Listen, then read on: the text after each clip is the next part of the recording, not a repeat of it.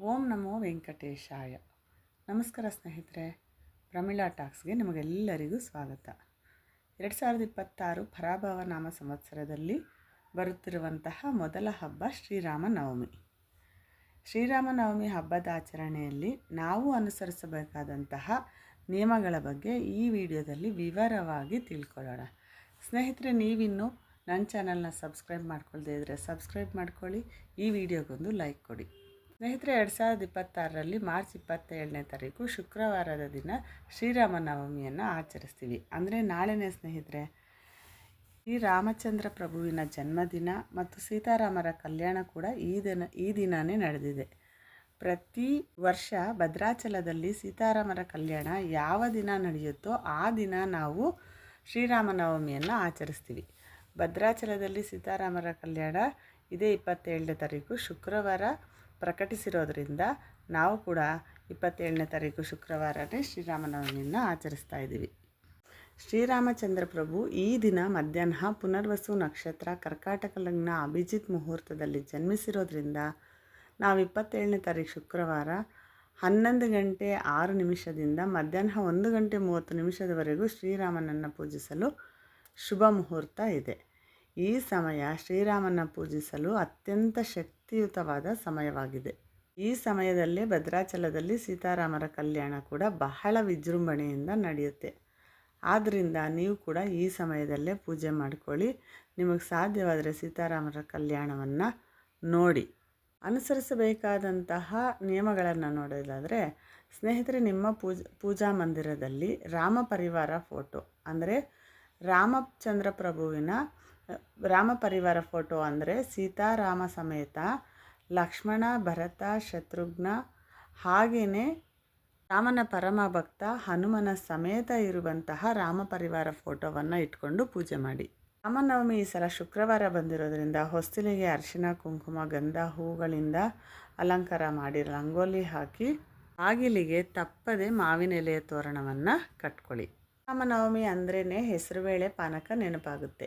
ಈ ಹಬ್ಬಕ್ಕೆ ರಾಮನಿಗೆ ನೈವೇದ್ಯಕ್ಕೆ ಹೆಸರುಬೇಳೆ ಮತ್ತು ಪಾನಕ ಬಹಳ ಶ್ರೇಷ್ಠ. ಈ ದಿನ ಪಾನಕ ಮತ್ತು ಹೆಸರುಬೇಳೆಯನ್ನು ಸಾಧ್ಯವಾದಷ್ಟು ಜನರಿಗೆ ಪ್ರಸಾದವಾಗಿ ಹಂಚಿ. ನಿಮಗೆ ಹತ್ತಿರದಲ್ಲಿರುವಂತಹ ರಾಮಾಲಯದಲ್ಲಿ, ಆಂಜನೇಯ ಸ್ವಾಮಿ ದೇವಾಲಯದಲ್ಲಿ ನೀವು ಹೆಸರುಬೇಳೆ ಮತ್ತು ಪಾಯಸವನ್ನು ಮಾಡ್ಕೊಂಡು ಹೋಗಿ ಅಲ್ಲಿಗೆ ಬರುವಂತಹ ಭಕ್ತಾದಿಗಳಿಗೆ ಹಂಚಿ ಎಷ್ಟೋ ಪುಣ್ಯ ಫಲಗಳು ನಿಮ್ಮದಾಗುತ್ತೆ. ಸ್ನೇಹಿತರೆ, ರಾಮಾಯಣ ಓದೋರು ಈ ದಿನ ಪ್ರಾರಂಭ ಮಾಡಿ. ರಾಮಾಯಣ ಶ್ಲೋಕಗಳನ್ನು ಓದಿದರೆ ನಿಮ್ಮ ಒಂದೊಂದು ಪಾಪಗಳು ನಶಿಸಿ ಹೋಗ್ತವೆ. ನಿಮ್ಮ ಆರೋಗ್ಯ ಸಹಕರಿಸುವವರು ಉಪವಾಸವಿದ್ದು ರಾಮನಾಮವನ್ನು ಜಪಿಸಿ. ಈ ದಿನ ಪ್ರತಿಯೊಬ್ಬರೂ ಶ್ರೀರಾಮ ರಕ್ಷಾ ಸ್ತೋತ್ರವನ್ನು ಓದಿ ಗ್ರಹ ದೋಷಗಳು ಪರಿಹಾರ ಆಗುತ್ತೆ. ಈ ದಿನ ಸೀತಾರಾಮರು ರಾಮಾಲಯಗಳಲ್ಲಿ ಮತ್ತು ಆಂಜನೇಯ ಸ್ವಾಮಿ ದೇವಾಲಯಗಳಲ್ಲಿ ತನ್ನ ಭಕ್ತರನ್ನು ಆಶೀರ್ವದಿಸ್ತಾರಂತೆ. ಆದ್ದರಿಂದ ಶ್ರೀರಾಮನವಮಿ ದಿನ ಪ್ರತಿಯೊಬ್ಬರೂ ನಿಮ್ಮ ಹತ್ತಿರದಲ್ಲಿರುವಂತಹ ರಾಮಾಲಯಗಳಿಗೆ ಹೋಗಿ ಸೀತಾರಾಮರನ್ನು ದರ್ಶಿಸಿಕೊಳ್ಳಿ. ಈ ದಿನ ಓಂ ಶ್ರೀಂ ಹ್ರೀಂ ಕ್ಲೀಂ ರಾಮಚಂದ್ರಾಯ ಶ್ರೀಂ ನಮಃ ಅಂತ 108 ಬಾರಿ ಹೇಳ್ಕೊಳ್ಳಿ. ಅತ್ಯಂತ ಪುಣ್ಯ ಫಲಗಳು ನಿಮ್ಮದಾಗುತ್ತೆ. ಸ್ನೇಹಿತರೆ, ವೀಳ್ಯದೆಲೆ ಹಾರವನ್ನು ದೇವಾಲಯಕ್ಕೆ ತೆಗೆದುಕೊಂಡು ಹೋಗಿ ವೀಳ್ಯದೆಲೆಯ ಮೇಲೆ ಜೈ ಶ್ರೀರಾಮ್ ಅಂತ ಬರೆದು ನಿಮ್ಮ ಪೂಜಾ ಮಂದಿರದಲ್ಲಿ ಇಟ್ಕೊಳ್ಳಿ. ಬಹಳ ಒಳ್ಳೆಯದು. ಸ್ನೇಹಿತರೆ, ಈ ದಿನ ಏನು ಮಾಡಿದ್ರೂ ಮಾಡದೇ ಇದ್ದರೂ ಸೀತಾರಾಮರ ಕಲ್ಯಾಣವನ್ನು ತಪ್ಪದೇ ವೀಕ್ಷಿಸಿ. ಸೀತಾದೇವಿ ಲಕ್ಷ್ಮೀ ಸ್ವರೂಪಿಣಿ. ಆದ್ದರಿಂದ ಈ ದಿನ ಸಾಯಂಕಾಲ ತುಳಸಿ ಬಳಿ ತುಪ್ಪದ ದೀಪವನ್ನು ಅಥವಾ ಎಳ್ಳೆಣ್ಣೆ ದೀಪವನ್ನು ಹಚ್ಚಿ ಪೂಜೆಯನ್ನು ಮಾಡಿಕೊಳ್ಳಿ. ಸಂಪೂರ್ಣ ಲಕ್ಷ್ಮೀ ಅನುಗ್ರಹ ನಿಮಗೆ ದೊರೆಯುತ್ತೆ. ಹಾಗೆಯೇ ರಾಮಾಲಯದಲ್ಲಿರುವ ಧ್ವಜಸ್ತಂಭದ ಬಳಿ ಕೂಡ ದೀಪವನ್ನು ಹಚ್ಚಿ ನಿಮ್ಮ ಕುಟುಂಬದಲ್ಲಿರುವ ಸಮಸ್ತ ದೋಷಗಳು ದೂರ ಆಗ್ತವೆ. ಈ ದಿನ ಮಕ್ಕಳಿಗೆ ಕೊರಳಿಗೆ ಆಂಜನೇಯ ಸ್ವಾಮಿ ಡಾಲರ್ನ ಹಾಕಿ. ಆಂಜನೇಯ ಸ್ವಾಮಿ ಎಲ್ಲಿ ಇರ್ತಾರೋ ಅಲ್ಲಿ ದುಷ್ಟಶಕ್ತಿಗಳು ಇರಲ್ಲ.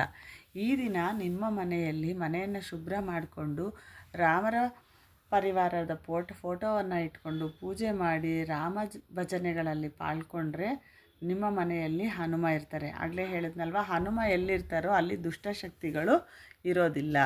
ಆದಷ್ಟು ಅಲ್ಲಲ್ಲಿ ದೇವಾಲಯಗಳಲ್ಲಿ ರಾಮ ಭಜನೆಗಳನ್ನು ಮಾಡ್ತಾ ಇರ್ತಾರೆ. ನೀವು ಕೂಡ ರಾಮ ಭಜನೆಗಳಲ್ಲಿ ಪಾಲ್ಗೊಳ್ಳಿ. ನಿಮ್ಮ ಮನೆಯಲ್ಲೂ ಕೂಡ ರಾಮ ಭಜನೆಯನ್ನು ಮಾಡಿ. ಈ ದಿನ ಮದ್ಯ ಮಾಂಸಗಳಿಗೆ ದೂರ ಇರಿ. ಇದಿಷ್ಟು ರಾಮನವಮಿ ಆಚರಣೆಯಲ್ಲಿ ನಡ್ಕೊಳ್ಬೇಕಾದಂತಹ ನಿಯಮಗಳು ಸ್ನೇಹಿತರೆ ನಿಮಗೆ ಈ ವಿಡಿಯೋ ಇಷ್ಟ ಆದರೆ ಲೈಕ್ ಮಾಡಿ, ಶೇರ್ ಮಾಡಿ, ಸಬ್ಸ್ಕ್ರೈಬ್ ಮಾಡಿ. ಮುಂದೆ ಇನ್ನೊಂದು ಉತ್ತಮವಾದ ವಿಡಿಯೋದೊಂದಿಗೆ ಮತ್ತೆ ಸಿಗೋಣ. ನಮಸ್ಕಾರ ಸ್ನೇಹಿತರೆ.